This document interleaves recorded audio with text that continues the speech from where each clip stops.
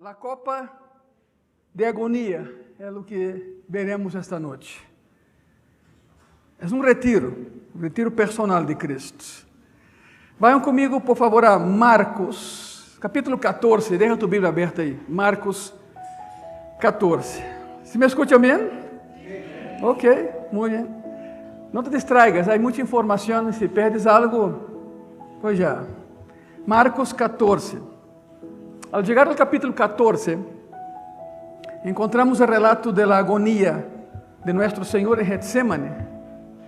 A palavra Getsemane há dois significados: pedra de molino ou fábrica de azeite. E Getsemane, se vas hoje a Jerusalém, todavía está el lugar, todavía tem aceitunas, pero pertenece a la ciudad, já não é propriedade de alguém, porque há 2000 anos era de alguém, e esse alguém le prestava lugar a Cristo. Outro anônimo, não sabemos seu nome, pero vamos adelante, não? Ok, vamos aí com Marcos 14 e a agonia no Getsemane. Cristo tuvo que lidiar com muitas coisas e a realidade da cruz se acercava rapidamente a ele. Al acercarnos de versículo 32 al 42, pues conviene recordar algo. Conviene recordar que el profeta Isaías profetizó claramente el sufrimiento del Mesías. En el capítulo 53 de Isaías, el profeta dijo muchas cosas sobre cómo Cristo sería herido por nuestras transgresiones, molido por nuestras iniquidades y castigado por nuestra paz com Deus, que sofreria em nosso lugar. Pero também digo algo mais. Miren isso, Isaías 53, versículo 3. Despreciado e desechado entre os homens. ¿Varón de quê? ¿Creen que não lhe doleu? A película essa de Mel Gibson, La Pasión, queda corta, pero muito corta em todo o que lhe hicieron. Despreciado e desechado entre os homens, varão de dolores, experimentado em quebranto, e como que escondimos de ele o rosto, foi menospreciado, e não o que? Ele foi mais allá, ele disse, não havia hermosura em ele. A profecia é tajante, não havia hermosura em ele. Porque quando lo clavaram na cruz já estava muito golpeado. Que difícil imaginá-lo, não? Sua mamã aí, Maria, vendo esse bebê tão hermoso que um dia foi massacrado na cruz. Por isso a profecia é correta, não havia hermosura em ele. Lo haviam golpeado tanto, lo haviam torturado tanto que su rostro já não era reconhecível, nem seu corpo. Bueno, em los 33 anos de la vida de nuestro Señor aqui, claro, como homem aqui na terra, havia estado constantemente expuesto a las tristezas de la vida.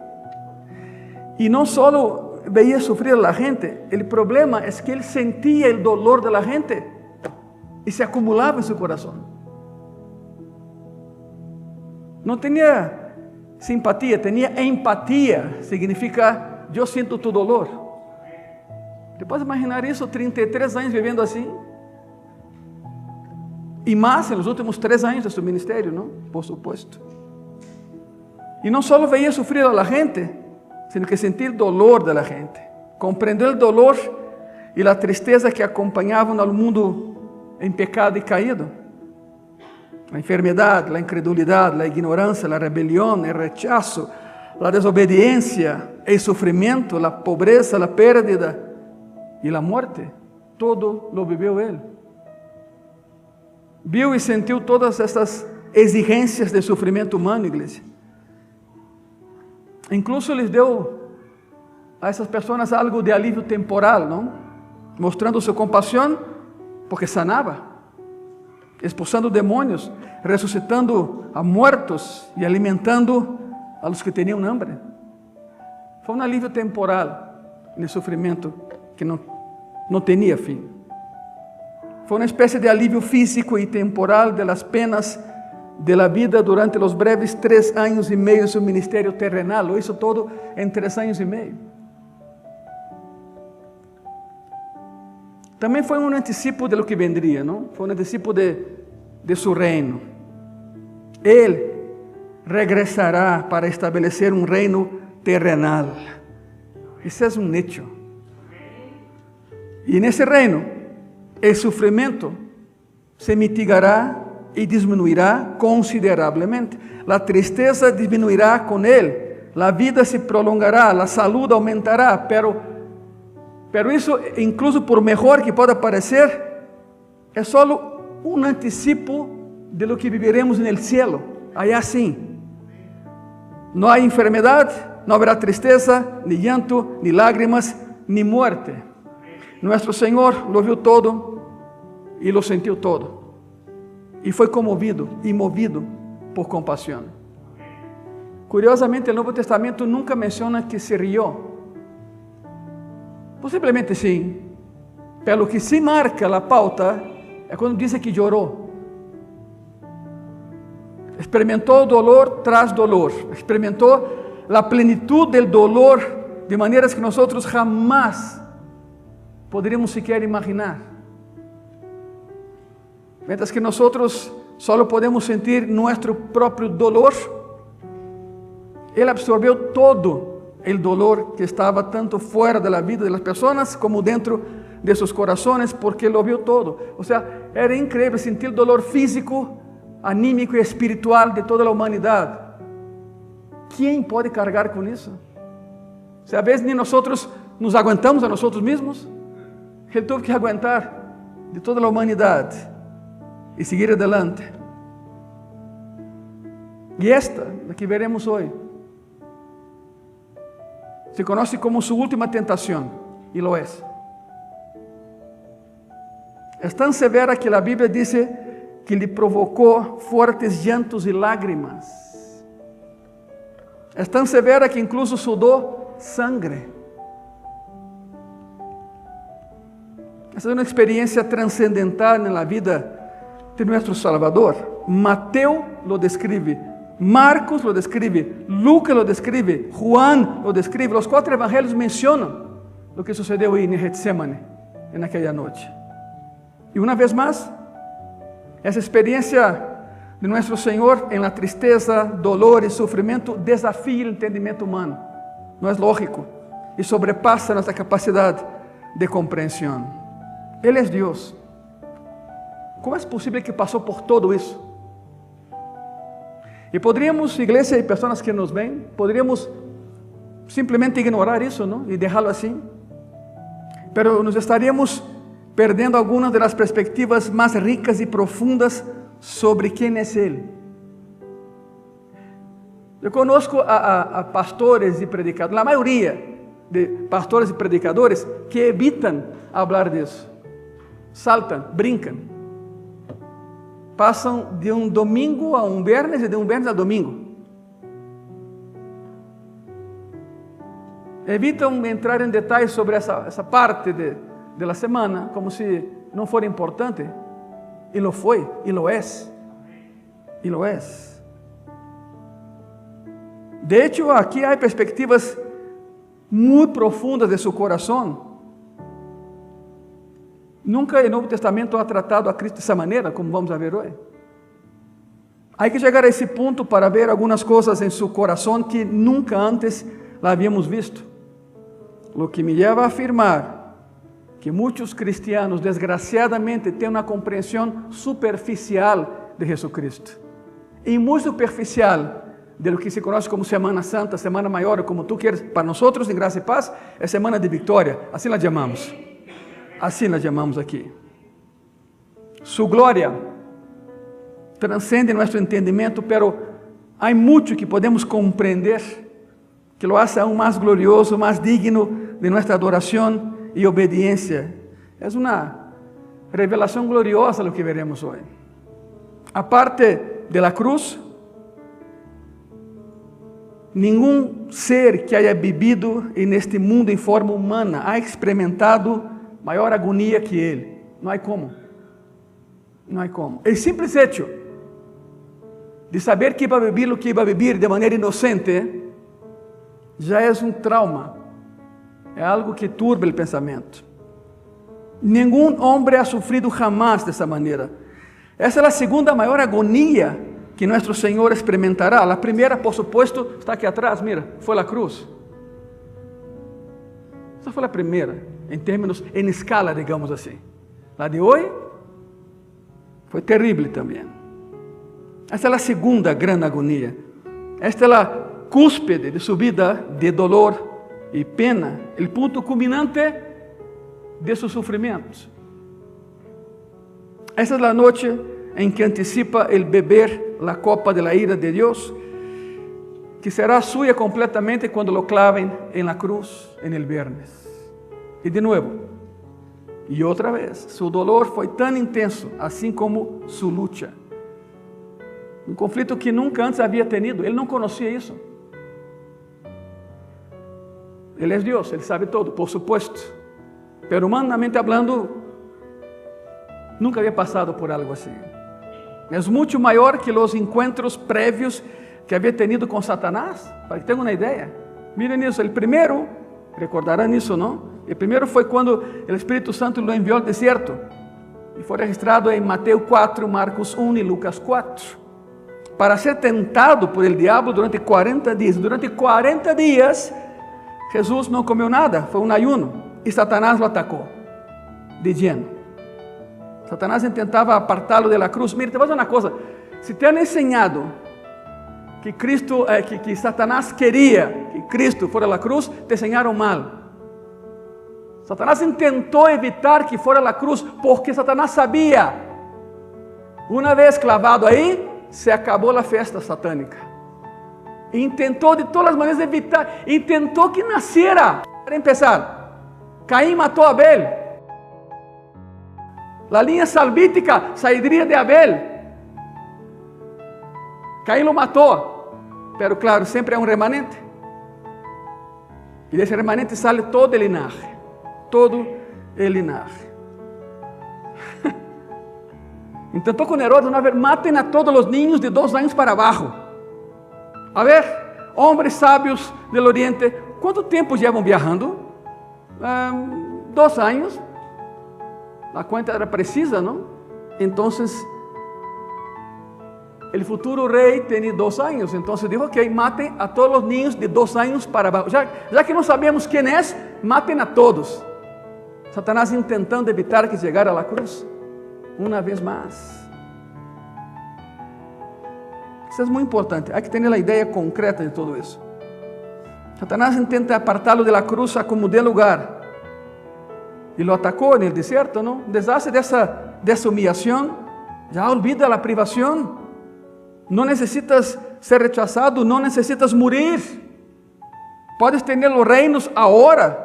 Puedes ter a popularidade agora. Puedes tener la satisfacción de la carne ahora. No mereces pasar por eso. Eres el Hijo de Dios, ¿no? Entonces, la tentación. Y esa fue la primera tentación. Y todo lo que tenía como objetivo era alejarlo de la cruz, que no fuera a la cruz. La segunda vez que Satanás aparece como tentador es en Mateo 16.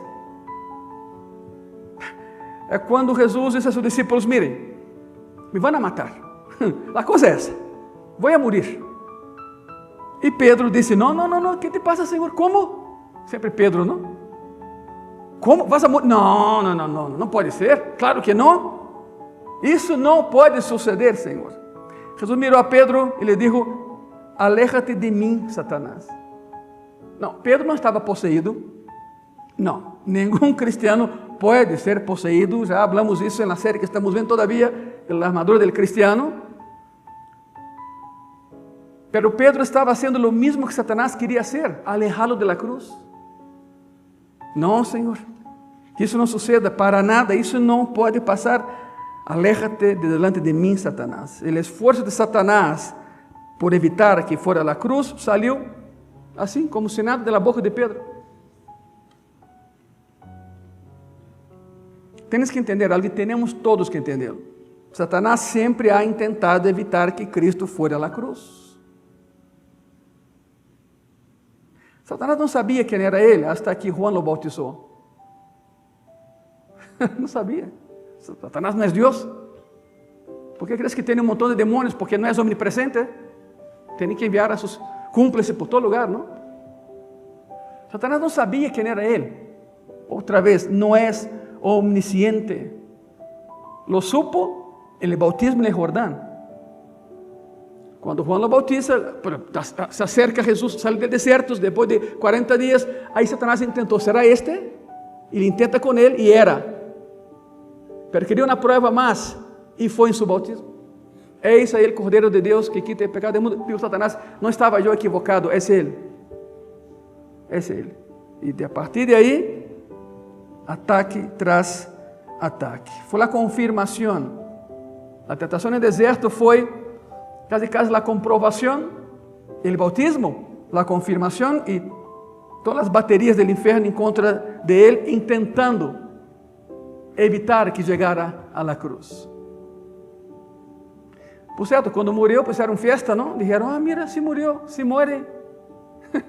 Si muere, el infierno se regocijó porque digo, entonces Dios si muere, pues está muerto. Y se alegraron un montón, pero la fiesta duró poco, ¿verdad? 3 días después, era un trancazo que todavía nunca se van a recuperar. Sigamos aquí con la historia, por favor. Es muy importante que sepamos todo eso. Satanás siempre quiso evitar que llegara a la cruz, siempre. Y a través de Pedro dijo, es indignante pensar que vayas a la cruz y que mueras, no puede ser. Y aquí, en el Getsemaní, Satanás aparece de nuevo. ¿Cómo sabemos eso? Lucas 22:53 dice así, Lucas 22:53, habiendo estado con vosotros cada día en el templo, no extendiste las manos contra mí, mas esta es vuestra hora y la potestad de las tinieblas. Dijo a los que fueron arrestados, la potestad, esta noche es la potestad de las tinieblas. Esa es la hora del poder de la maldad. Es el momento específico para que Satanás actúe. Es su última oportunidad de evitar lo inevitable. El último esfuerzo de Satanás para evitar que Jesús vaya a la cruz. ¿Sabe por qué? Satanás pensaba que él iba a decir, no, padre, no voy. Fíjate, esa era la idea. Pongan mucha atención, esa era la idea. Que Cristo en su humanidad dijera, ¿sabe qué, padre? No, mejor no. Que se pierdan, mejor ya. Yo no voy a la cruz. Satanás tenía esperanza de que Jesús dijera al Padre, no puedo hacerlo. Es mucho. No puedo hacerlo. Escuche eso. Y si Satanás tiene éxito en eso, entonces el infierno será el único lugar donde viviremos para siempre. El cielo no será para nosotros nunca. El cielo estará vacío. La palabra de Dios será falsa. La promesa de salvación, una mentira, una falacia. ¿Te imaginas eso? Y Satanás es realmente el soberano y no Dios. Todo eso, si en aquella noche, hace 2000 años, Cristo hubiera dicho, no puedo hacerlo. Es una gran batalla, una enorme batalla. Y no es de extrañar que la lucha fuera tan severa al punto de que Jesús dijera, mi alma está profundamente triste hasta el punto de la muerte. Es un resumen de lo que está pasando en esa noche. Estoy turbado, Señor, estoy perturbado. Es mucho, mi alma está profundamente triste. Vayamos al texto, por favor. Y aquí empezamos, miren. Marcos 14, versículo 32. Vinieron pues a un lugar que se llama ¿qué? ¿Lo tienes ahí? Va de nuevo. Vinieron pues a un lugar que se llama, esto es muy importante. Y dijo a sus discípulos, sentaos aquí, entre tanto que yo oro. Estaban todos los discípulos. Vinieron, pues se refiere a Jesús y a los 11. ¿Por qué a los 11 y no a los 12? Porque Judas ya no estaba, acuérdense. Judas se había ido. Les comenté que el de hoy se conecta con el de mañana. Es una sola historia. ¿Okay? Estaba Jesús ahí, sus 11, pues Judas ya había partido para hacer lo que pensaba hacer, ¿no? Eso ocurriría poco después, claro. En el camino Jesús dice, todos ustedes caerán, todos ustedes tropezarán, todos ustedes se dispersarán, todos ustedes me van a negar. Todos me negarán. No era muy bueno escuchar eso, ¿verdad? No lo creen, o sea, no lo pueden creer. No lo pueden creer. No, nunca haremos eso, Señor. Nunca, ya sabes. Nunca haremos eso. El versículo anterior dice así, mira, Marcos 14, 31. Mas él, aquí habla de Pedro, mas él, con mayor insistencia decía, si me fuera necesario morir contigo, no te negaré. También todos decían lo mismo. No fue solo Pedro, todos dijeron lo mismo. Señor, nunca te abandonaremos, ¿eh? Wow. Hay un dicho en México, ¿no? Más pronto cae un cojo que ¿qué? Ah, sí, gracias. Yo cambio las cosas, pero bueno, se entiende. É exatamente isso. Todos dijeron, não foi só Pedro, serejista Pedro, que era líder, pero todos dijeron lo mismo, Señor, nunca te dejaremos, nunca te abandonaremos. Ah, ¿no? Lo hicieron horas después, cobardes, lo hicieron horas después.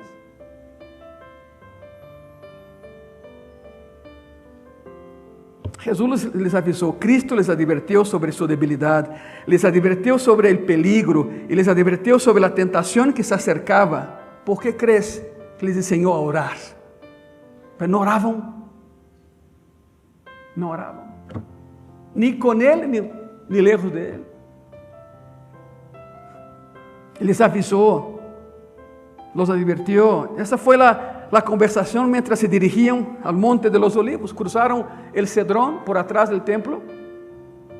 El Cedrón era un río que pasaba ahí atrás. Todavía está, pero está entubado. Y ahí iba a dar la sangre de sacrificio del altar. Se lavaba el altar y había... Es más, si entras a Google Earth, vas a ver ahí sobre el templo, marcadamente en el piso, donde está el domo dorado un poquito a un lado, vas a ver la alcantarilla para que el agua con sangre fuera al Cedrón. Todavía está la alcantarilla, todavía existe el lugar. Pero bueno, lo que no está ahí es el templo, pero el desagüe sí está, el templo ya no. Por eso cruzaron el Cedrón y fueron a Getsemaní, y ahí la plática empezó. La plática, me van a entregar, Señor, nunca te dejaremos. Claro, ¿cómo no? ¿Cómo no? Esa es la conversación mientras iban al Monte de los Olivos. El Olivete, allá el nombre es Olivete. Si llegas allá y preguntas, oye, ¿dónde es el Monte de los Olivos y Getsemaní? Te dicen, ¿qué? ¿Qué es Olivete? ¿Dónde está el Olivete? Te dicen, ahí está. Qualquer persona pode subir aí. Llegaram, pois, a um lugar chamado Getsemaní. Era um huerto. Es más, todavía encuentras la estructura de un pequeño muro que había. Había un muro. Para que no cualquiera pudiera entrar. Porque era una fábrica de aceite y muy caro. Por supuesto que era oro. Entonces, había una estructura como un muro. El muro ya no está, pero la base del muro sí está todavía. Se puede ver ahí. Se puede ver la base del muro, o de los muros que había ahí. Getsemaní. Un huerto enorme. La gente vivía pues en una ciudad llenísima en esa época y tenían sus huertos y sus plantaciones fuera de Jerusalén. Dentro no había cómo, no había espacio. Tenían fuera. Entonces el dueño de esa fábrica de aceite vivía en Jerusalén. Se trataba de alguien que poseía un huerto y se lo prestaba al Señor. Muy curioso porque los árboles son muy frondosos allá, entonces es sombra, aunque haya mucho calor afuera, bajo el árbol que hay por ahí, sombra. Entonces era muy común una persona subir ahí y pedir permiso para entrar, para simplemente estar bajo el árbol. No sé si daban permiso o no, pero para Cristo sí. Parece que el dueño del lugar era amigo del Señor y le prestaba el lugar para que pudiera enseñar bajo los olivos, ¿no? Y orar ahí. Getsemane tiene una especie de palapa, havia uma palapa por allá, casi uma palapa yucateca assim, grandotota, havia um refúgio donde pudessem dormir por la noche, com o calor que hacía, era melhor dormir afuera que adentro. A vezes, saliam da casa de Lázaro, Marta e Maria e iam directito a esse lugar e se hospedavam aí, bajo la palapa, porque o dueño prestava lugar a los discípulos del Senhor. Se llenava o lugar com pessoas que dormiam bajo la palapa. E não só nessa Páscoa, sino que Juan 18, versículo 2, diz: Jesus se reunia aí com frequência com seus discípulos. Ele usava o lugar frequentemente, não só na Páscoa. Juan 18 nos disse isso. Assim que era um lugar para escapar das multitudes, um lugar privado, um jardim privado, onde podiam escapar e passar aí algum tempo juntos, descansando. Por isso Judas sabia onde estavam. Você dá conta disso? Por isso Judas sabia onde estariam. Segundo Lucas 22, 39, Judas conhecia o lugar, o que significa que era um lugar ao que iam com muita frequência. Judas sabia onde estava ele. Assim que surge em cena outra pessoa que não sabemos seu nome, mas que lhe prestou algo ao Senhor. Exatamente como o dueño do famoso pollino. Não sabemos quem era. Lo prestou. É curioso. Em seu ministério terrenal, Cristo não teve nada. Não teve nada. A casa onde se hospedava era de Pedro. O barco que usava era de Pedro. A tumba que usou foi de Arimateia. O huerto que usava era dessa pessoa. O animal que usou para entrar era de outra pessoa. Nunca teve nada. E, sin embargo, é o dueño de todo. Isso é impressionante. Outra pessoa que provê algo ao Senhor. Não sabemos seu nome. Aqui há um nome com um huerto grande, ou seja, o lugar, e vão ver o tamanho que era enorme o lugar. E este é o lugar que há provisto para o Senhor Jesus, ou seja, ele permitia entrar. Era outro seguidor de Cristo, seguramente era outro seguidor do Senhor Jesus, mas não sabemos sequer seu nome. Chegam a esse huerto, Getsemane, prensa, significa prensa de aceitunas ou pedra de molino, mesma palavra. El Monte de los Olivos. Aí cultivam, por supuesto, aceitunas e lo hacen hasta el día de hoy. Hasta el día de hoy lo hacen ahí. Pero claro, más moderno, ¿no? Por supuesto. Su nombre se debe a la prensa que se usaba para extraer el aceite del fruto de la oliva. Es un huerto enorme, un jardín enorme. Cuando llegan ahí, Jesús dijo a sus discípulos: siéntense aquí hasta que yo haya orado. Siéntense aqui, espéreme aqui. Isso foi o que eles dijo, mas não foi todo. Segundo o relato, um relato paralelo de Lucas 22, 40, também digo: orem para que não entrem em quê? Em tentação. Orem para que não entrem em tentação. Les advertiu uma vez mais del peligro que corriam de cair, negá-lo e dispersar-se por el mundo. Les avisou outra vez. E esta é uma instrução muito familiar para eles, porque a primeira vez que lhe pediram ao Senhor, ensina-nos a orar, disseram: Senhor, por favor, ensina-nos a orar. Mateus 6 e Lucas 11, eles disseram: orem assim, ou seja, não exatamente com as palavras, mas orem dessa maneira: não nos deixes cair em tentação, mas livra-nos de quê? Ele les dijo, les havia ensinado que necessitavam orar para poder vencer a tentação e a maldade. E que fizeram? Dormiram. O texto lo diz. ¿Cuántas vezes les havia repetido a mesma lição? Muitas. Orem para que não caigam em tentação e sejam vencidos. Não dependam de suas próprias forças. Orem ao Senhor, busquem ao Senhor. Te diré uma coisa: perderemos a batalha contra a tentação se não oramos. E dependemos da fortaleza de Deus en lugar de confiar en nuestra propia fuerza humana. Ahí está la oración. Así que deberían haber estado orando, ¿no? Si Él dice es porque hay algo. Tenían que estar orando en preparación para lo que vendría. Con ese trasfondo que les acabo de dar, veamos las escenas que se desarrollan en esos pocos versículos. La primera es esa. Primero vemos una aflicción trascendente, número 1. Una aflicción trascendente. Esa es una aflicción que viene a Cristo en esa hora que de verdad transcende cualquier otra cosa que Él había conocido. Marcos 14:33 dice así: y tomó consigo a Pedro, a Jacob y a Juan, y comenzó a entristecerse, ¿y a qué? Y a angustiarse. Cristo dejó a 8 de ellos en la entrada, se llevó con él a Pedro, a Jacob y a Juan más dentro del jardín, se metió un poco más con ellos, lo cual nos dice que el lugar era enorme, a un tiro de piedra, dice la palabra. Un tiro de piedra.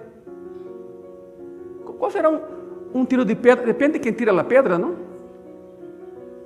Si es Sansón, es 1,5 kilómetros mínimo. No, pero una persona común como nosotros, quizá 25, 30, 40 metros. Un poquito más, ¿no? Pero mínimo eso. Era enorme el lugar. Esa era la entrada nada más. Había mucho más al fondo. Dejó a 8 de ellos ahí y agarró a esos 3 y vámonos. ¿Por qué los llevó a ellos? Porque eran los líderes. Fíjate, porque eran los líderes, Jacob y Juan, pero hay motivo más y lo van a ver. Eran los líderes. Más Pedro todavía, pero había una otra razón, había una otra plática en eso. Juanito y Jacobito, ¿se acordarán? Fueron los mismos que dijeron: oye Señor, yo quiero un trono a tu izquierda, el otro, y yo quiero a tu derecha. Y la mamá de ambos ahí: sí Señor, dáselo a ellos. No Señor, la mamá, Señor, que Jacobito se siente a tu izquierda y Juanito a la derecha. Y los demás discípulos se enojaron. ¿Y saben por qué se enojaron? Porque ellos pensaron lo mismo para ellos. Se enojaron por eso. Nos ganaron. Esos dos nos ganaron. O sea, todos querían un tronito ao lado del trono grande. Dijo el Señor a ellos: ¿pueden ustedes beber la copa que voy a beber? ¡Wow! No entendieron, por supuesto, pero después se entendieron. Jacob y Juan fueron a Jesús con su mamá y dijeron: ¿podemos sentarnos a tu derecha y a tu izquierda? ¿Por qué? Porque tenían la sensación de que ellos eran muy especiales para el Señor. Son los dos que salieron a predicar, de 2 en 2, el Señor los envió, ¿no? De 2 en 2, ya saben, de 2 en 2. Y como eran hermanitos, pues vamos tú y yo, y fueron. Y cuando regresaron, ya sabe qué, Señor, más allá de Galilea, en la zona norte, te odian, ¿eh? No te quieren. Y dijeron: Juanito es el apóstol del amor, ¿no? Mira el amor. Mira lo que dijo Juan. Él dijo: pero si tú quieres, Señor, yo oro y enviaremos fuego del cielo y mataremos a todos ellos. ¿Cómo la ves? ¿Lo hacemos? ¿Cuál amor? Amor apache, pero violentísimo, ¿no? Ese era Juanito, hasta que aprendió lo que era el amor. Eran soberbios. Los dos eran soberbios. Pedro era soberbio. Ni hablar de Pedro, ¿no? Pero Juan y Jacob tenían la sensación de que eran la crema y la nata. Eran los VIPs del ministerio de Cristo. Y luego, por supuesto, estaba Pedrito, ¿no? Ahí estaba Pedro, estaba Simón. Cada vez que Cristo le decía Simón a Pedro, era: estás actuando como actuabas antes de conocerme. Decía Simón, y Pedro pensaba: ¿qué hice ahora? ¿Qué hice? Pedro, quien era el líder, reconocido por todos, ese era el líder. Así que se fueron. ¿De qué se trata todo ese movimiento? Bueno, Estos son los tres líderes principales. Son los tres. Son quienes van a influir en los demás. Fíjate. Y Cristo llevaba prisa. Sabía que sus horas estaban contadas. Agarró los tres y les quería enseñar algo para que esos tres enseñaran a los demás. Por eso los llevó más adentro. Estrategia didáctica, pedagógica. Y si lo aprenden, podrían enseñarlo a los demás. Iban a aprender lo importante que es orar. La lección de aquella noche era esa. Iban a aprender lo importante que es orar para triunfar contra la tentación. Y la aprenderían al no orar y caer en tentación. Aprendieron la lección al revés, no lo hicieron. Así que aprenderían como mejor aprendemos nosotros, ¿no? ¿Cómo aprendemos nosotros? Fallando.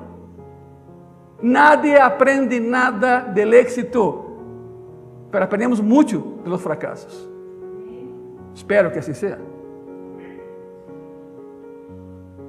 Aprenderían del desastre de su falta de oración, porque no oraban.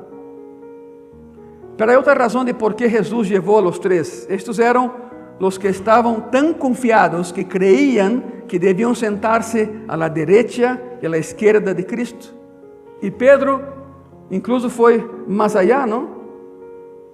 Considerándose el más elevado y exaltado de todos ellos.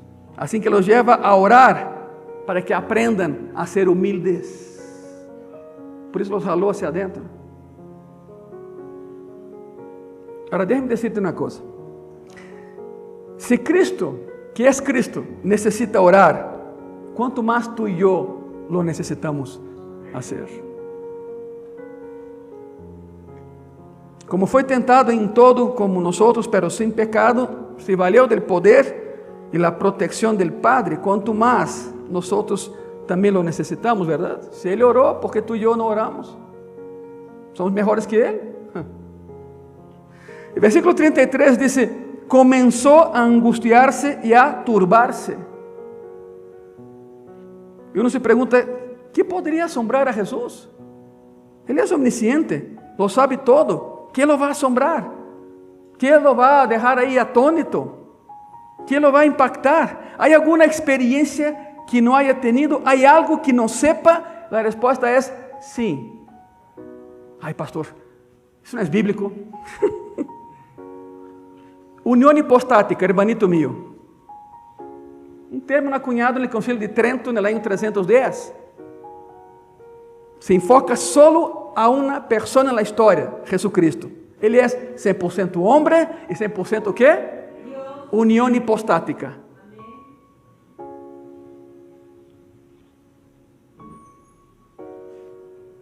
Há ocasiões em que em sua soberania, decide não trazer a sua mente humana lo que bem sabe em sua mente divina. Hablamos disso ayer, quando lhe perguntaram, ¿cuándo será el fin, Senhor? Ele dijo, solo el Padre lo sabe. E uno disse, pero, tu és el Padre, não? E comentei ayer, e repito para que quede mais claro. Como estamos hoje? Primeiro, não? Gracias. ¿Te imaginas se a resposta fuera, mira, muito sencillo, yo arrebataré mi iglesia el 2 de abril de 2026. ¿Sabe qué pasaría, no? Estaría llenísimo ese lugar hasta allá. Habían personas acá, trepado aquí, agarrados de allá, otro allá, otro allá. Porque Cristo viene por la iglesia mañana, entonces hoy me arrepiento. Llevo mi vida de pecado, una vida devassa. Pero yo sé cuándo va a regresar por la iglesia, entonces me arrepiento a la medianoche de primero. E quando chega e me lleva, ¿cree que seria justo? Por supuesto que não. Por isso há ocasiões em que ele decide, em sua soberania, não trazer a sua mente humana do que bem sabe em sua mente divina. E há uma experiência aqui que nunca havia tenido como homem, jamás, a angústia de la separação del Padre. Nunca havia estado separado del Padre, pero en la cruz lo estuvo e por 6 horas. Há um teólogo alemão que me gusta muito. De hecho, há um dicho entre os teólogos que a melhor teologia se hace com a boca chueca. Porque todo teólogo alemão fuma pipa. Então, eles escudam su vício na pipa dessa maneira. La mejor teología, y es cierto, la mejor teología se hace en Alemania, eso es correcto. Eso es correcto. Pero bueno, son dichos. Y hay un teólogo alemán, no sé si fuma pipo o no, ni me importa, pero bueno. Él dice que oscureció al mediodía porque el padre tapó el sol para esconder la vergüenza del hijo. Bonita escena, ¿no? Podemos imaginar muchas cosas ahí. Pero hay una experiencia que nunca ha tenido y está a punto de tenerla. Y se asombra de lo que está experimentando porque es completamente ajeno a todo lo que ha experimentado y conocido, claro, humanamente hablando. El abandono del Padre. Eli sabachthani, ¿no? Dios mío, ¿por qué me has desamparado? ¿Por qué me has abandonado? La cosa es, hermano y hermana y personas que nos ven. O sea, sabemos que Dios ama al pecador, ¿pero qué? Aborrece el pecado. Y 6 horas clavado ahí, cargó sobre él el pecado de 7 billones de personas y contando. Llegaremos allá. De hecho, ese pensamiento le causa turbación, asombro, porque nunca había estado separado del Padre. Y había dicho, yo y el Padre uno somos. Una palabra muy fuerte que significa estar asombrado. Esto es asombro, estupor, digamos así, en su angustia. Estaba muy angustiado. La pregunta es, ¿qué estaba causando todo eso? ¿Qué causaba todo ese cuadro? ¿Fue el rechazo de la nación de Israel? ¿Fue la deserción y traición de Judas? ¿Fue la deserción de los 11 que pronto sucedería? ¿Fue la injusticia de esos juicios falsos que vendrían más tarde? ¿Fue la burla? ¿Fueron los golpes? ¿Fue el escupitajo en la cara? ¿Fueron los puñetazos en su cara? ¿Fue la flagelación? ¿Fue la tortura? ¿Fue la crucifixión? ¿Fue la muerte? ¿Qué fue lo que causó ese tipo de sentimiento de abandono, asombro y angustia en él? Fue algo más que todo eso. Fue el experimentar la ausencia del Padre que siempre había estado con él. Esa era su angustia. Ojalá y fuésemos así también, de no querer estar ni un segundo lejos de Dios. Ojalá y fuésemos así también nosotros.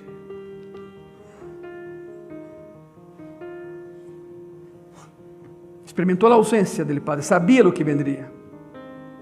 Ser un sacrificio por el pecado, ser quien carga con el pecado de todo. Él sabía lo que iba a pasar, ahí subiendo. Se enfrenta a algo completamente ajeno a él mismo, el abandono del Padre. Nunca ha conocido el pecado, nunca ha conocido la ira de Dios, nunca ha conocido la alienación completa y total, pero la conocería. Santiago capítulo 1, versículo 13 dice así: cuando alguno es tentado, no diga que es tentado de parte de Dios, porque Dios no puede ser tentado por el mal, ni Él tenta ¿qué? A nadie. Como Dios, Cristo no era tentable. Quero que entendam isso. Não pode pecar. Como homem, sí lo es. 100% homem, 100% Deus, acuérdense, por favor. Foi tentado em todo, segundo nossa semelhança, diz Hebreus. Foi tentado em todo, como homem. E não pecou. Como Deus, não pode ser tentado, pero por ser Deus, homem, sí que pode ser tentado. A pergunta é, ¿pode ser tentado com êxito? Não. Porque ele não peca, ele não pode pecar, pero sim pode ser tentado e atacado, e lo foi. É curioso os tipos de tentações sobre ele e sobre nós. Muito curioso. Nós somos tentados por la lujuria de la carne, la lujuria de los ojos e la vanagloria de la vida, como diz a Bíblia. Ele não tinha nada disso. Ele não tinha nada disso. Não tinha pecaminosidade humana, era plenamente homem, pero não tinha pecaminosidade humana em ele. Nada em sua natureza lo llevaria al pecado. Por lo tanto, sua tentação não é atacarlo no ponto de pecado, como sua vulnerabilidade, como ocurre con nosotros, ¿no? Su tentación es atacarlo en su punto de santidad. ¿No quieres Dios? Esa fue la táctica de Satanás. ¿No quieres Dios? Te voy a explicar a qué me refiero, para que quede más claro el concepto, ¿no? Luchamos contra el pecado, tú y yo, porque el poder del mal es muy fuerte en nuestra naturaleza caída. Todos somos tentados. No estoy diciendo que todos pecan, no, pero todos somos tentados. ¿Alguien aquí nunca es tentado? ¿Habrá alguien aquí que dice, no, yo nunca, pues tú eres Dios, mano? No puede ser. Todos somos tentados todos los días, pero hay una diferencia entre ser tentado y pecar. Luchamos contra impulsos internos y luchamos por hacer lo correcto, por alcanzar rectitud. Nuestra batalla es luchar contra los impulsos del mal que ya están en nosotros. Pero no fue así con Él, no fue así con Jesús. Él luchó de manera completamente opuesta debido a su naturaleza santa, debido a su pureza sin pecado, debido a su justicia total, debido a su perfecto amor y su perfecta obediencia al Padre. Su tentación fue al revés. Al fin y al cabo fue tentado. Luchamos porque el poder del pecado es muy, pero muy fuerte en nosotros. Él luchó porque el poder de la santidad era el único poder que existía en Él. Y más que suficiente. ¿Cómo es posible entonces que se convirtiera en portador del pecado y recibiera la ira de Dios en la cruz? Es increíble. El que nunca ha pecado y que nunca conoció pecado, por nosotros se hizo ¿qué? Pecado. No pecó, pero cargó con el pecado. Era muy sencillo explicar. Tú y yo tenemos una deuda. ¿Qué deuda? Santidad. ¿Dónde se contrajo la deuda? El Edén. Pastor, pero yo no estaba allá, pero Adán y Eva sí, y de allá venimos todos. La sangre es la misma. Había una deuda de santidad. No había como pagar esa deuda de santidad, porque todos pecan. El único que no peca es Dios.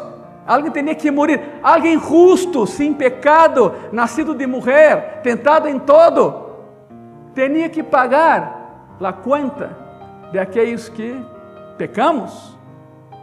O pecábamos más bien. Pero todo hombre peca, imposible pagar la deuda. El único que no peca es Dios. Pero en esa disyuntiva hay un gran problema, ¿no? El único que no peca es Dios, pero Dios no muere. Entonces, ¿cómo va a morir por nosotros? Y entonces, en una reunión del cielo, Cristo dejó su trono y dijo, voy por ellos. Te digo una cosa, los ángeles jamás van a entender la sangre de Cristo, porque no fue para ellos, fue para ti y para mí. Mi pastor en Brasil, el pastor Jorge Branco, decía una cosa curiosísima, y decía, cuando una iglesia predica sobre la sangre de Cristo en la cruz, los ángeles bajan para aprender. Y es cierto, y es cierto. Por eso en Gracia y Paz tenemos aquí a ángeles, porque aquí se predica la sangre de Cristo en la cruz. No evitamos la plática. ¿Me escucharon bien? ¿Están aquí todavía conmigo? Fue una lucha. ¿Cómo es posible entonces que se convirtiera en portador? El que nunca pecó se convirtiera en portador del pecado de toda la humanidad, pasado, presente y futuro. Te digo una cosa, el nivel de la ira de Dios es asombroso. La tapa del arca de la alianza se llama propiciatorio. Ponga mucha atención aquí. Una vez al año, el día de Yom Kippur, el día del perdón, el sumo sacerdote entraba al santísimo lugar. Había un velo enorme. Las familias donaban los velos. Entonces llegó un momento en que no podían tirarlos. Entonces fue añadiendo un velo tras otro. Entonces lo que era una simple cortina pasó a ser un muro entre el santo lugar y el santísimo lugar. Un muro. Se veía nada más de esa punta y la otra punta, la punta del ala de los querubines, porque había querubines gigantescos en el lugar y sobre el arca otros dos. Entonces los sacerdotes que entraban en el santo lugar veían nada más un poquito de las estatuas que estaban de ese lado, pero por supuesto el arca no se podía ver. Y esas dos imágenes que estaban ahí, claro que no tenían un rostro, porque no se puede tener una imagen tan formada así en el mundo judío, se asemejaban a querubines, daba la impresión que eran querubines, pero no, era prohibido tener imágenes, cualquier imagen.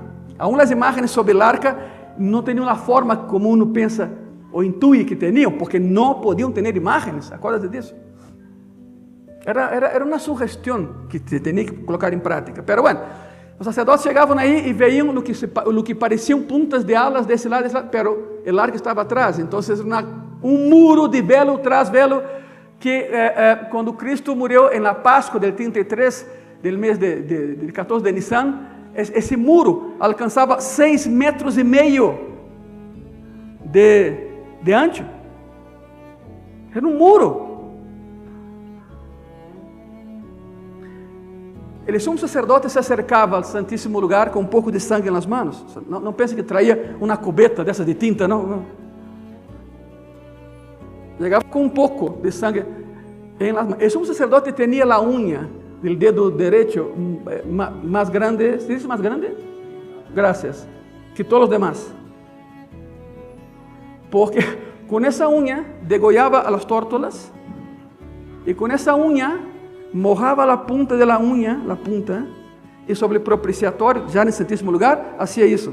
Porque las personas tienen la idea de que entraba con una cubeta y la sangre, ¿no? Imagínate, imposible. Eran gotitas, minúsculas gotitas. Y hacía lo que se conoce en México como jugar canicas, ¿no? Porque hacía, literalmente hacía así. Si estuviera en Brasil, sería bola de gude. Ya hablé eso aquí, ¿verdad? O sea, pastor, comes canica allá en tu rancho? Bola de gude. Bueno, está mejor canica, deja canica. También, pero bueno. Entraba y hacía eso en el propiciatorio, la tapa. Y entonces salía otra vez. ¿Cómo entraba y cómo salía? Es el gran misterio del judaísmo, porque hay personas que dicen muy eruditos y muy religiosos e muitos santurones que se arrastrava pecho terra. Quem te dijo isso? Nunca aprenderam isso. Nenhum judío está pecho terra, não havia isso. Menos um sacerdote. A terra é impura, aún dentro do templo. Nadie entra a la presencia de Dios si Dios no quiere que entre. Eu vou repetir. Nadie entra a sua presença se Ele não quer que entres. ¿Qué es lo que tienes que hacer? Señor, déjame entrar.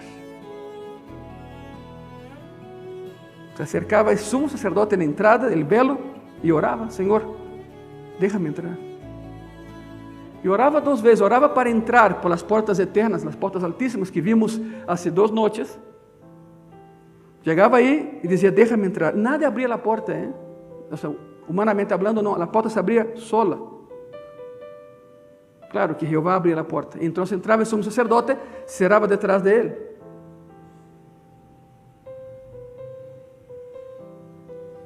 Llegaba ante el velo y otra vez, Jehová, déjame entrar. Por favor. Y pasaba horas y horas y horas, déjame entrar, hasta que era metido dentro del santísimo lugar. Não passava nem por aqui, nem por allá, nem por allá. Era colocado dentro do santíssimo lugar.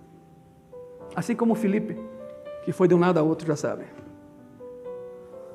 Tem o corpo glorificado? Não. Mas se Deus hizo as regras, Ele pode rompê-las também. Ele é Deus. Ele é Deus. A ver, camina sobre as águas. Alguma vez alguém me disse, Ângelo, que precioso, não? Que precioso como el agua lo sostuvo a él. Le dije, estás loco. Es él que sostiene el agua. Y todo lo demás. Se acercaban ante el arca, el propiciatorio y la sangre del cordero. La ira de Dios es así. Y ustedes ya lo dijeron, y es correcto. Jehová ama al pecador, pero abomina ¿qué? Pecado. Por lo tanto, su mirada es de ira santa. Aquí está Ângelo, pecador, redimido pero pecador, entonces él me mira. Y la mirada que sale de allá hacia mí es una mirada de ira santa. Porque me ama, pero aborrece lo que hay en mí. Y entonces esa mirada que sale del trono de gracia y de gloria como de ira, va cruzando todo el espacio, tiempo y todo lo demás, pero entre Ângelo y el trono hay un filtro, y es la sangre del Cordero de Dios, Cristo Jesús. Entonces esa mirada que era de ira cruza ese filtro, y lo que sale del otro lado y me alcanza a mí es mirada de amor. Por isso, el propiciatorio es importante, el concepto de la tapa del arca y la sangre sobre ella. Cristo te ve de dos maneras: con su sangre o sin su sangre. No tiene la sangre de Cristo. Y entonces estás en un territorio muy peligroso. No hay protección ni hay filtro. ¿Quedó claro, verdad? ¿Sí o no? En nivel de la ira divina. Y Cristo sabía que iba a pasar 6 horas clavado en una cruz sin el filtro.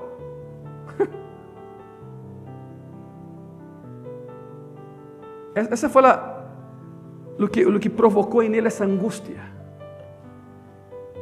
Nunca havia estado lejos del Padre, y hubo una separación momentánea, por supuesto. Su nivel de ira del Señor es asombroso, porque nuestro Señor sufrirá las consecuencias de la ira santa de Dios. Tú y yo tenemos una deuda, acuérdate, una deuda. Dios colocó tu deuda en la cuenta de Cristo y se la cobró. Tal y cual. Por isso a palavra tetelestai em la cruz, tetelestai, eu paguei a deuda por eles. Consumado es, bueno, aqui está consumado es, pero queda muito pequeno. O que está aí, esse original é tetelestai, era uma palavra muito usada no mundo greco-romano para quando a deuda era pagada, tetelestai. Tetelestai significa eu pago a deuda, tetelestai significa eu paguei a deuda por eles. Estão aqui todavia? Cargou sobre ele a cuenta del pecado de todos. Por los millones de pecadores por quienes murió, cargou com millones de eternidades llenas de ira. ¿Das cuenta disso? Não foi só o pecado, ele cargou sobre ele as consequências eternas del pecado de todos. É muitíssimo. Não foi só o pecado, foi a consequência de. E era completamente inocente, puro e separado de los pecadores. Então, como poderia ser isto? Foi uma luta para ele. Ele sabe e sabia o que vendria. Claro que sabia. Por isso a luta foi tão intensa e imensa. Marcos 14, vamos ao seguinte versículo. Marcos 14, versículo 34. Ele les dijo: mi alma está muy triste. ¿Hasta qué? Hasta la muerte. Quedaos aquí y... Muy sencillo, ¿no? Vigilen. Quedaos aquí y velá. Mi alma está profundamente triste. La palabra ahí es perilupus. Es la palabra original. Perilupus significa en el perímetro de mi ser hay dolor. Perímetro, por eso perilupus. Estou cercado de dolor. Fíjate. Há dolor adentro e dolor afuera. Perímetro, periferia. Está sumido neste dolor hasta la muerte. Nunca havia experimentado a separação de seu padre. Já hablamos isso. Nunca havia experimentado cargar com a culpa, porque não era culpável de nada. Nunca havia experimentado o castigo. ¿Castigo de quê? Sempre se portava bem. De hecho, sua angústia é tão intensa nessa luta que Satanás de alguma maneira lo instigou, intentando que evitara chegar a la cruz uma vez mais. Era sua última oportunidade de evitar que Cristo fora a la cruz. Quão severa foi a luta, né? Que tão severa foi essa luta? Lucas 22:43 nos dice que el Padre envió a un ángel para que lo apoyara. Yo no imagino eso. El Padre envió a un ángel que lo apoyara. No sé cómo, pero lo envió. Quizá se sentía solo, nadie lo entendía. Envió un ángel que lo apoyara, dice Lucas 22:43. E Lucas 22:44 dice que a luta foi tão imensa, o estresse físico foi tão grande, que começou a sudar gotas de quê? O nome clínico para isso é hematidrosis. Hematidrosis. Eu vou dizer uma coisa.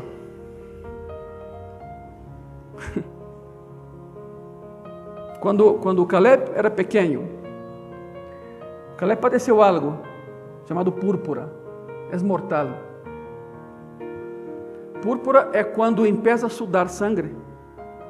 E é isso. Hematidrosis. Ou seja, os nervios se vão torcendo, as venas se vão apretando, e então, a primeira que detectou foi minha esposa, começou a ver, era muito pequeno, por supuesto. Depois começou a ver em sua perna de Caleb lunares bem pequenos. E quando tocava, se borravam, era sangue. Os médicos disseram, se isso sube, porque eram as pernas, se isso vai subindo, o corpo vai colapsando. Primeiro queda em cama, já não se levanta. E se chega a algum órgão vital, muere. Não há como. Fizeram um montão de provas, eu o levava ao hospital creio que a cada 10 dias ou a cada 15 dias, le picavam por todos lados. Era um ninho, era pequeno. Por supuesto que sempre oramos, não? Senhor, não te lo lleves todavía.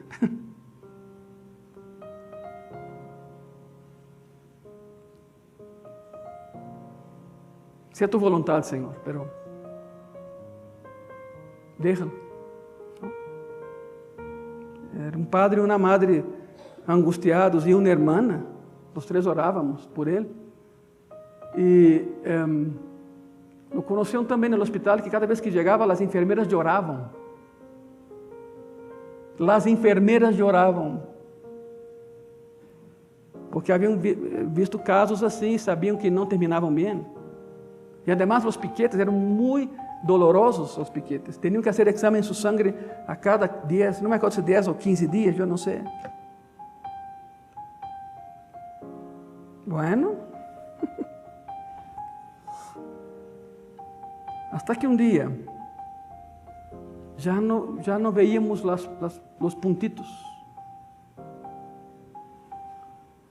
Fomos ao hospital, o médico dijo, no, o sea, ¿dónde lo llevaron? ¿A la iglesia? Ah, está en su expediente eso. Inexplicablemente dijeron, ya no tiene nada. La púrpura, el nombre es ese, púrpura. Y entonces colocaron a Caleb na base de dados porque era absurdo de que alguien tan pequeño padeciera eso y tan pequeño saliera de eso. Por supuesto que lo estuvieron analizando por 1 año y medio más. Dijeron, no, va a regresar. Los médicos decían, tiene que regresar. Yo decía,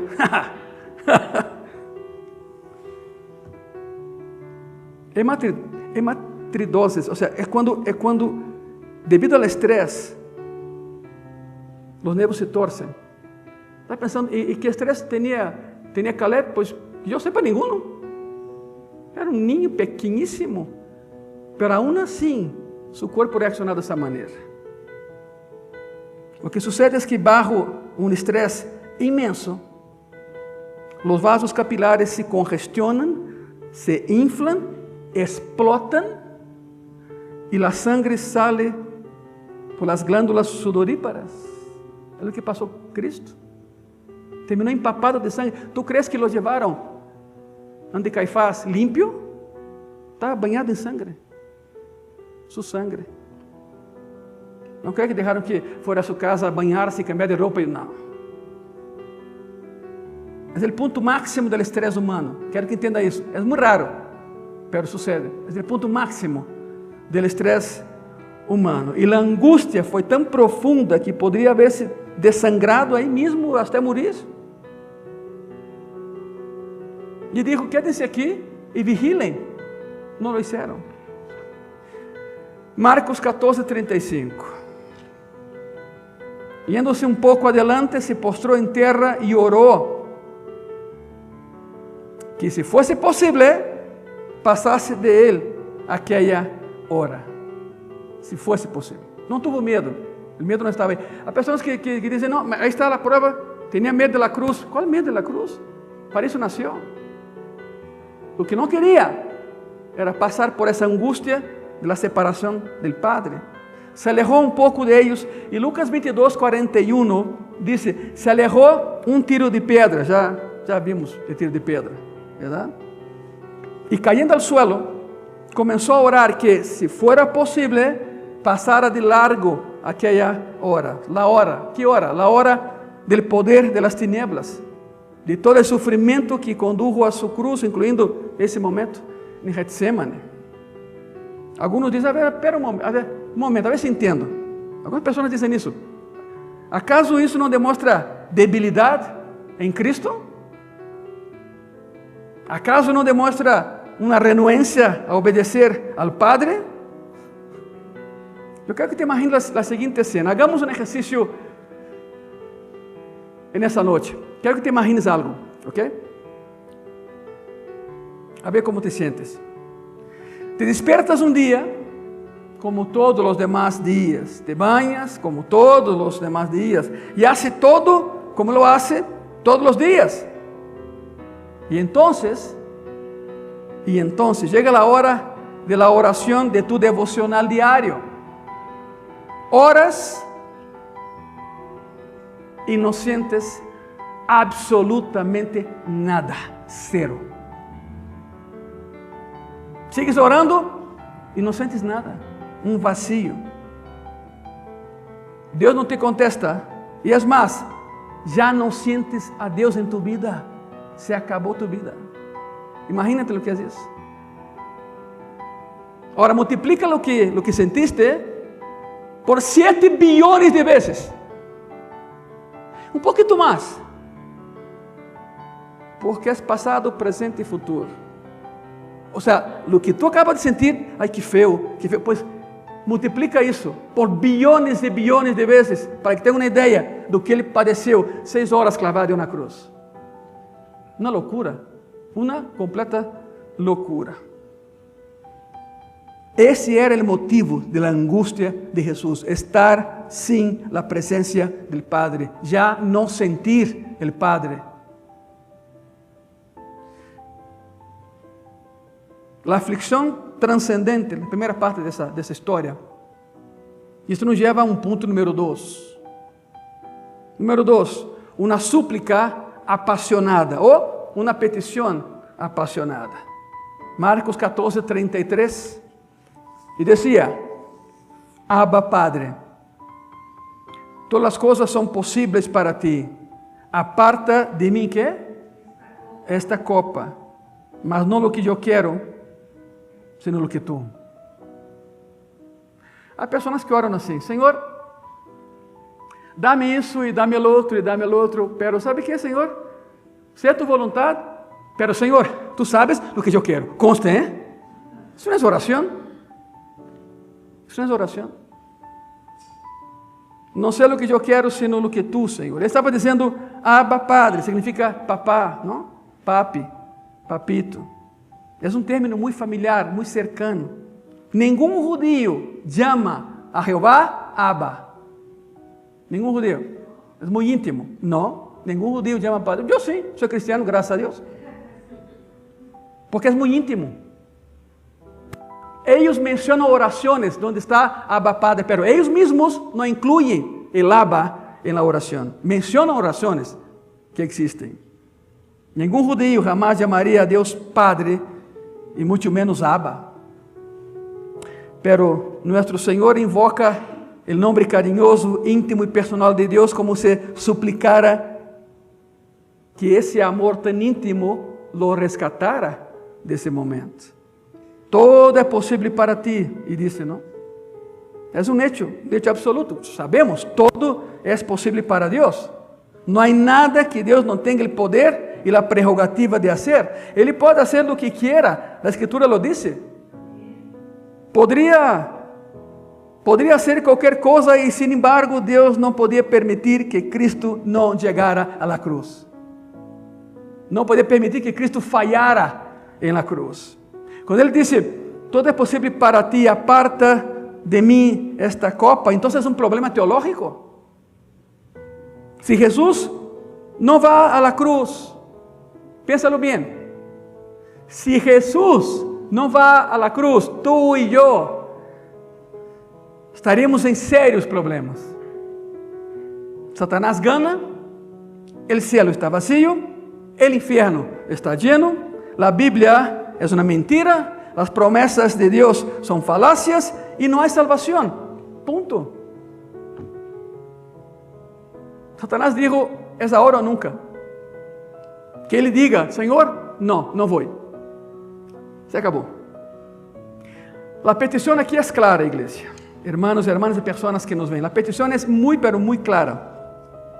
Sabemos o que Jesus anela. Aparta de mim essa copa. Qual copa? Antigo Testamento. Cada vez que aparece copa, Antigo Testamento, é a copa de la ira de Deus. É a ira de Deus. ¿Dónde vemos isso? Salmo 11, Salmo 75, Isaías 51, Jeremias 25, Jeremias 29. Aí está. Aparta de mim essa copa de tu ira. Por favor, que eu não la tome. Que não participe de tu ira. Nosso Senhor se referiu a isso antes, em Mateus 20, 22, quando falava com os discípulos que queriam sentar-se a sua direita e a sua esquerda no céu. Ele disse, podem beber a copa que eu estou a ponto de beber? Era isso. Em Juan, capítulo 18, versículo 11, ele disse, a copa que o Padre me ha dado, não la he de beber? Fíjense. Então, é a copa de la ira divina, que quede claro. Ele tem que beber de la ira de su Padre, e lo vai fazer. Isso é algo que nunca havia experimentado em sua vida. Ele sabia o que vendria? Claro que sabia, por supuesto que sabia. Juan 12 registra um momento em que surgiu o tema de sua morte. Ele les dijo, vou a morir, me vão a matar. Está em Juan 12. E incluso deu uma ilustração para que quede todavía mais clara a plática, não? Digo a seus discípulos, se um grano de trigo não cai em la terra e muere, queda solo, pero se muere, dá fruto. Não entenderam nada. Estava dizendo, necessito morir para que ustedes tenham vida eterna e nunca mueram. ¿Te imaginas isso? Tenho que morir para dar o fruto que o Padre ha ordenado. Há um passagem que é clave para entender a decisão de Cristo em meio dessa luta e angústia. Juan 12, 27, diz assim, mira, agora está turbada minha alma. E que diré? Padre, salva-me desta hora, mas para isso he chegado a esta hora. Ele sabia, por supuesto que sabia. Então chega a sua decisão triunfante, não? Pero não se haga lo que eu quero, sino que tu quieras, Padre. É porque, como dijo quando tinha 12 anos a seus papás, não? Me é necessário estar em los negócios de mi Padre. E eu não vejo a palavra negócio e penso em dinheiro. São assuntos. Tenho que estar em los assuntos de mi Padre. Se lo dijo a los 12 anos de idade. Se referia a isso. Em meio del horror e terror dessa luta agonizante, começa a pensar em los discípulos. Isso é increíble, aún tirado al suelo, lleno de sangre, estrés, aflicción. Piensa en sus discípulos y por eso regresa por ellos. Isso nos lleva a la tercera escena en Getsemane. Vimos uma aflicção transcendental, uma petição apaixonada e número 3, uma exortação afectuosa. É o ponto 3 da noite. uma exortação afetuosa. Marcos 14:37, vino luego e los halló, ¿qué? Dormindo. Eles acabavam de dizer, velem e orem, orem e velem. Não sei nem uma coisa nem outra, roncaram, estavam dormindo. Vino logo e los halló dormindo e dijo a Pedro, ¿por qué a Pedro? Porque es el líder. ¿Y qué dijo? Exacto. Simón, otra vez lo mismo. Estás haciendo como hacía antes. Simón, ¿duermes? ¿No has podido velar una hora? Les pidió que vigilaran y se durmieron, los tres. Muy líderes, ¿no? Muy preparados, muy espirituales. Hay personas que se levantan en defensa de ellos. Te voy a explicar lo que yo he escuchado alguna vez. Alguna vez prediqué isso, não dessa maneira tão intensa que estou fazendo hoje, mas uma vez prediquei, e uma pessoa me disse, é que, Ângelo, foi um dia largo para eles, não? Foi um dia largo, estavam cansadíssimos, é meia-noite, dá-lhes chance, assim me dijo, dá-lhes chance, como se eu fosse Cristo, não, eu o quê? Subiram, cansados, agotados, estressados, e todavía subem uma colina, não é tão alta assim, hein? Se qualquer ninho lá sube rápido. Subiram uma colina e lo estão esperando e não sabem o que está passando. Dá-lhes chance, assim me dijo. E bueno, que bom que não sou Deus, não dou chance nenhuma. Lucas 22 comenta algo que explica por que dormiram, aparte de todo lo demás. Lucas 22 añade algo muy útil para nosotros. Estaban dormidos a causa de la tristeza. Estaban en depresión. Entraron en depresión. Las cosas no iban como ellos querían. ¿Dónde estaba el reino? ¿Dónde estaba la victoria? ¿Dónde estaba la victoria sobre Roma? Las cosas no iban como ellos querían. ¿Dónde estaba la gloria que esperaban? Y ahora, por sobre todo, el que convivió con nosotros 3 años es un traidor. Y ahora hay un traidor entre ellos que se ha ido a cometer la traición. Y además, él les dijo que iban a huir, todos iban a caer, todos lo iban a abandonar, todos lo iban a negar. Entraron en depresión. La cosa no pinta nada bien, ¿no? Para ellos. La nación se ha vuelto contra él. Los líderes lo odian, lo quieren muerto. Él ya pronunció juicio sobre Jerusalén cuando dijo, todo el templo será destruido, se derrumbará, não quedará pedra sobre pedra. Isso não é o que eles esperavam, isso não era o que eles queriam. Todo é triste para eles. E Lucas añade, se dormiram de tristeza. ¿Sabe por quê? Não, porque dormir é um tranquilizante. Quando estás enfermo, o médico diz, descansa, duerme. Dormir é um tranquilizante. Há pessoas que se dormem como escape, querem escapar da realidade e dormem. A tristeza te adormece. E suas tristezas eram extremadamente pesadas, muito pesadas para eles. Não havia solução para eles. E además, se vai morir, nos vai abandonar. ¿Qué será de nosotros? El doctor Lucas da esa explicación, entraron en depresión, estaban tristes y por eso dormieron.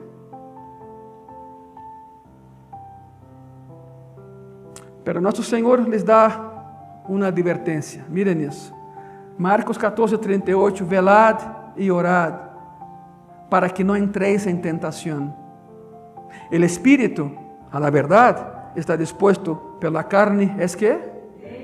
Débil. Tú decides quién gana, el espíritu o la carne. El espíritu o la carne. Es como si él les dijera, mira, no entienden el peligro en que están, no entienden eso. Manténganse alerta y orando, corren peligro. Es una vieja lección, ¿no? No nos dejes caer en tentación. Y de nuevo, Se registra en Mateo 6, Lucas 11, 1 Tesalonicenses, 1 de Corintios, Romanos 13 y Colosenses 4. Lo mismo. Velad y orad. Lo mismo. Velad y orad, velad y orad. Estén alertas. Usen los medios de la gracia, pero estén alertas. No se duerman. Y Pedro aprendió la lección. El que dormió, aprendió la lección. Miren eso. 1 de Pedro 5, 8. Sed sobrios y velad. Porque vuestro adversario, el diablo, como león rugente, anda alrededor buscando a quien qué. Já expliquei isso. El cómo es la clave. No es un león. Se parece, pero no es. El único león en tu vida y en mi vida es el león de la tribu de Judá y su nombre es Jesucristo. Cada vez que sales a la calle, no tienes a un perro que te cuide, a tu lado va un león que te está cuidando. Simplesmente las buenas intenciones no bastan. Ojo con eso. De buenas intenciones, el infierno está lleno. Las buenas intenciones no bastan. Nuestro Señor nos da esta sencilla lección. El espíritu está dispuesto, pero la carne es débil. El nuevo hombre, naturaleza regenerada, el hombre interior, tiene aspiraciones nobles, pero la carne no, la carne es débil. Por eso Pablo dijo, miserable de mí, mi hombre interior anhela las cosas que honran a Dios, pero tengo otro principio que opera a mí, el principio del pecado. Pues más vale que dependamos del poder de Dios y no de nuestra carne. ¿Cuál es el punto principal de todo eso? El punto es este, y es algo profundo. En medio de la peor agonía de toda su existencia como ser eterno, Él se preocupa por estos hombres, por los suyos. Ese es el tipo de sumo sacerdote que necesitamos. Uno que se preocupa por nosotros. Un sumo sacerdote misericordioso y compasivo que en medio, iglesia, de una lucha cósmica, tremenda y sobrenatural, de proporciones épicas, incomprehensible para nosotros, interrumpe su oración, interrumpe su agonía y sale porque le preocupa la vulnerabilidad espiritual de sus amigos, de sus discípulos, y va por ellos. Este es nuestro gran sumo sacerdote, que nos cuida y nos protege. Así que, pues si te preguntas si en medio de tantas cosas que tiene que hacer, Cristo te olvida, te digo algo, ya ni preguntes, por supuesto que no. No importa cuán intensa sea la lucha, Él te lleva en su corazón. Él nos lleva en su corazón, y eso es hermoso. Marcos capítulo 14, versículo 39 y 40. Otra vez fue y oró, diciendo las mismas palabras. Velad y orad, velad y orad, velad y orad. Al volver otra vez, los halló ¿cómo? Otra vez, durmiendo, porque los ojos de ellos estaban cargados de sueño y no sabían qué responderle. Se fue y oró otra vez, diciendo las mismas palabras. ¿Y qué palabras, no? En el versículo 36, Abba Padre, todo es posible para ti, aparte de mí esta copa, pero no sea mi voluntad, sino la tuya, Padre. La tuya, no la mía. Repitió esas mismas palabras con angustia durante horas y volvió a hacer la misma oración. Solo la interrumpió porque estaba preocupado otra vez por ellos. Y de nuevo regresó porque estaba preocupado por ellos. Dejó de orar de nuevo y buscó a sus amigos otra vez y los encontró dormidos de nuevo.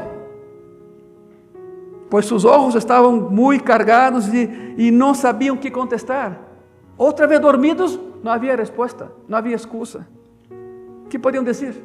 ¿Qué podrían decir? Y luego volvió a orar un poco más, fueron 3 veces. Y repitió lo mismo. 3 veces derramó su corazón diciendo, aparta de mí esta copa. Isso nos recuerda a Pablo, ¿no? Pablo, en 2 Corintios 12, cuando pidió a Dios que le quitara el aguijón. ¿Cuál fue la respuesta? Bástate mi gracia. Y finalmente dijo, y lo van a ver, dijo, basta, se acabó. O dijo él, basta.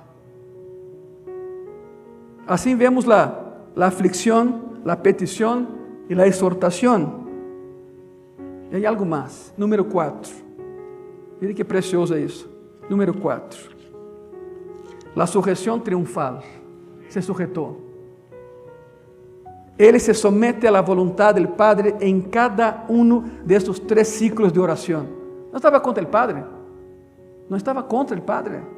Y finalmente sale victorioso y triunfante. La última tentación ha pasado. La venció. Era todo ou nada. Era quando Satanás podia ao menos intentar que chegara a la cruz. Foi o último ataque satânico. Que Cristo dijera, sabe que, Senhor? Não vou. Não vou.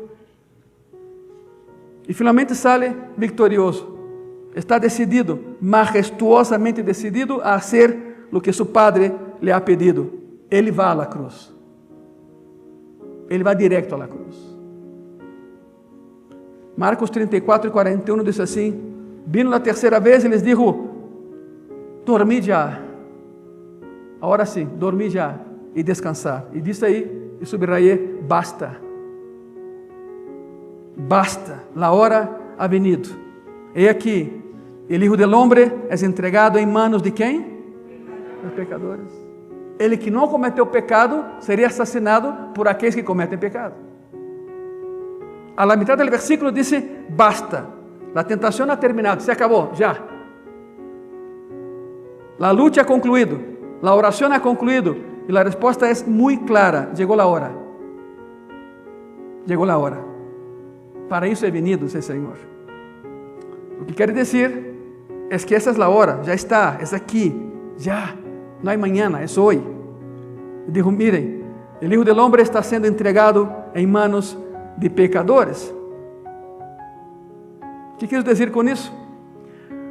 Acuérdense que estavam em la ladera del Monte de los Olivos, el Olivete.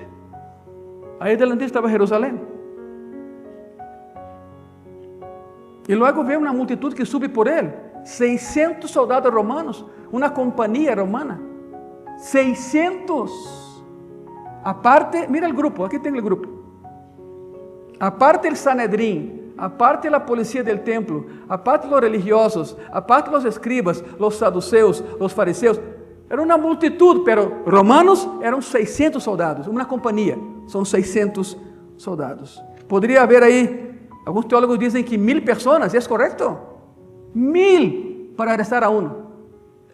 Com palos, espadas, lanças, flechas e garrotes. Alguns dizem com antorchas, é possível, era noite. Ele los vê e diz: miren, el Hijo del Hombre está sendo entregado em manos de pecadores. Como sabem onde ele estava? Como sabem onde estava? Como sabiam? Judas. Judas, claro. Não havia alumbrado público por aí. Podia estar em qualquer lugar. Podia estar em Betânia, com Lázaro. Pero Judas, eu sei onde está. E como era noite, Judas disse: ele que eu visse, este é. Porque estava todo escuro. Bueno, hablaremos disso adelantito mais, verdade? Estava Judas. O ênfase nessa declaração, o Hijo del Hombre será entregado em manos de pecadores, recai na palavra pecadores. O núcleo é este. Isso foi com que a luta fora tão intensa, tão imensa. Como é possível que ele fora entregado a pecadores? Como é possível que Deus permitira que ele fora entregado a pecadores que o matariam? Bueno, tudo isso era muito diferente para ele, muito diferente para ele. Esse era precisamente o problema com o que ele lutava. E logo, ser entregado a pecadores que o matariam, e escute, lo matariam em nome de Deus, o que é pior, lo matariam em nome de Deus. Uma loucura. Pero ele se apresenta triunfante como sempre. Miren isso. Marcos 32, 42, levantaos, vamos. E aqui se acerca el que me entrega. Nos está vendo subindo. E desperta a todos. levántense, levántense, el sueño ha terminado, levántate del suelo, la copa de ira santa está en su mano y Él no tembla cuando la agarra, Él está sereno, Él está en paz. Se pone de pé, lleno de sangre, ya había pasado la etapa, pero tenía sangre corriendo por su rostro, su ropa empapada en sangre, está ensangrentado, pero no se doblega, no se curva, no se hinca, y da la orden triunfal, levántense, vámonos, llegó la hora. Y no se refería directamente a ellos. Miren eso, Juan 18 relata lo que sucedió. Ele foi directo hacia ellos y dijo, vamos, miren, el que me traiciona está cerca. Agora podes ver aí a Judas subindo la colina, ¿no? En frente de ellos, guiándonos. El versículo 43 describe a Judas liderando el secto, la multitud, con espadas, garrotes, ya les comenté lo que tenían. ¿Por qué? ¿Por qué tanta gente? ¿Por qué tanta gente? Porque tenían miedo de la multitud que los seguía. Era por eso.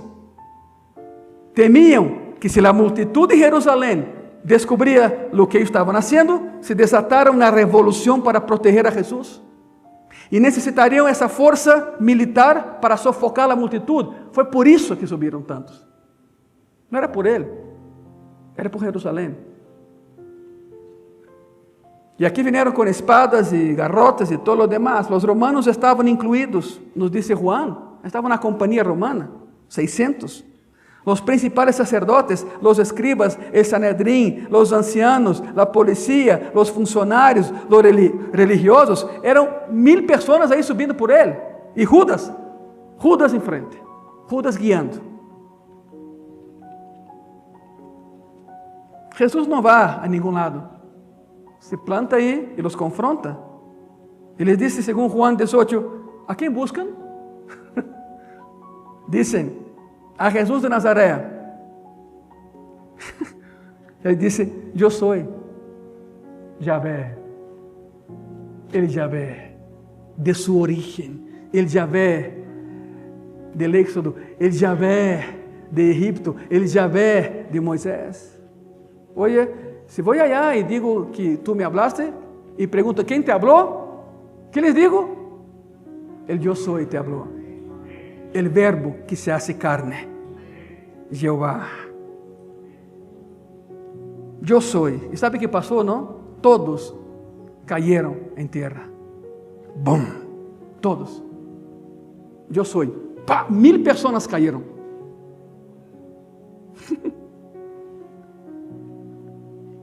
Se levantaron otra vez. ¿Tú quién eres? Yo soy. Y por segunda vez todos cayeron al suelo.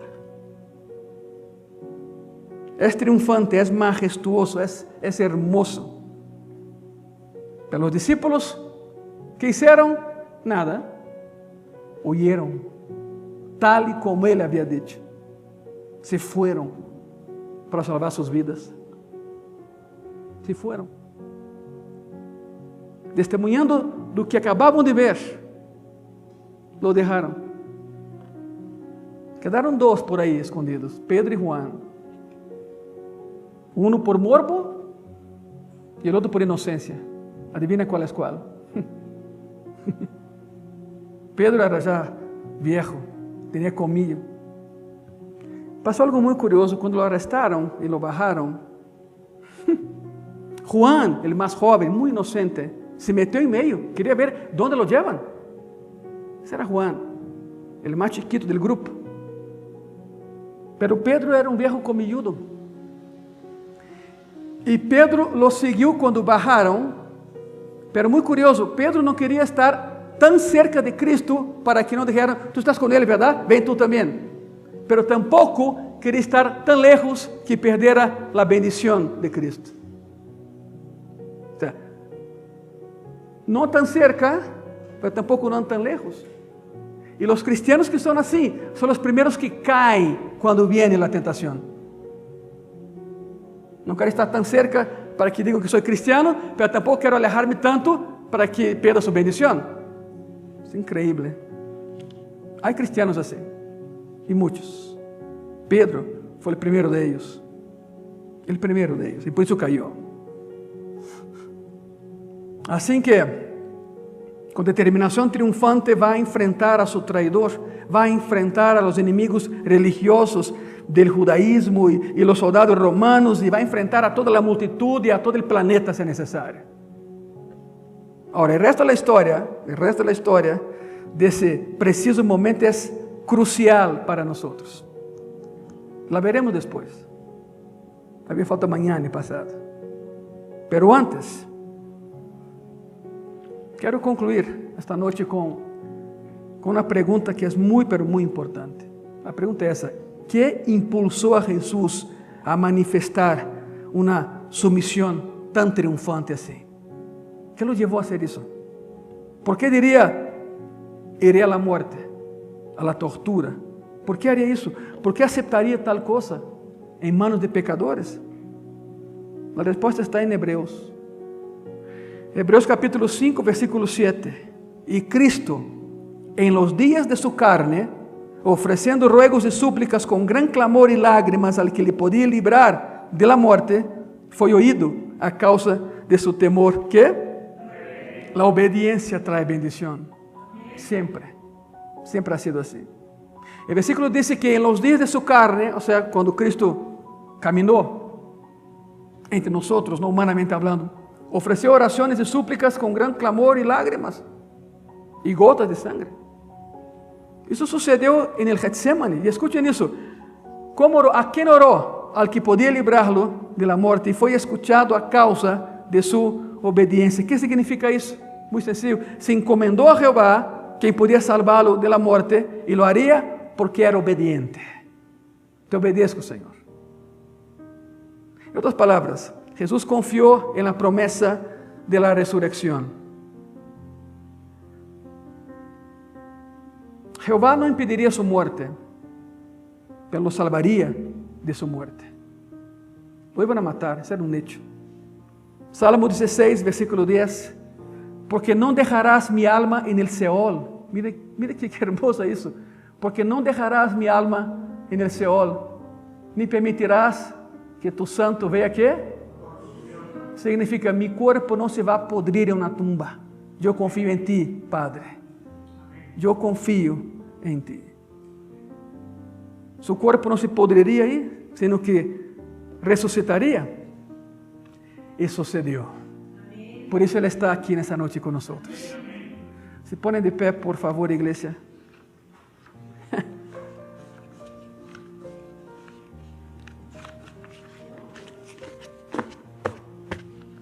Es hermoso cuando uno descubre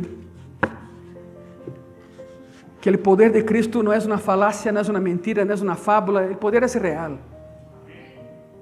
Y Él está más vivo que tú y yo. Cierren sus ojos y empiece a analizar todo lo que has escuchado hoy. Quizás sea necesario que llegando a tu casa entre a YouTube y vea el sermón otra vez. Esperaría que así fuese. Sería bueno. Porque hay una riqueza enorme en lo que sucedió en Getsemaní hace 2000 años. Una riqueza inconmensurable. La lucha de Cristo con Él mismo. Y la victoria en el Padre. No tuvo miedo, ni nunca dudó de lo que tenía que hacer. Simplemente no quería experimentar la lejanía del Padre. Era eso. Pero dijo, ok, Señor, si es necesario, lo haré. Y fue necesario. Y lo hizo. Jesús, gracias por tomar nuestro lugar en la cruz. Gracias por experimentar la ausencia del Padre para que mis hermanos y yo y mis hermanas y yo no tuviésemos que vivirla, nunca. Gracias por aceptar morir por nosotros para que nosotros tuviésemos vida y vida eterna. Por eso, gracias por aquella noche en Getsemaní, Señor. Nunca entenderemos toda la extensión de tu decisión. Pero no tenemos que entender para disfrutarla, la disfrutamos. Por isso, nessa noite, agradecemos, Padre. Muitas, pero muitas graças. Amém e amém. Dê um aplauso àquele que vive, por favor.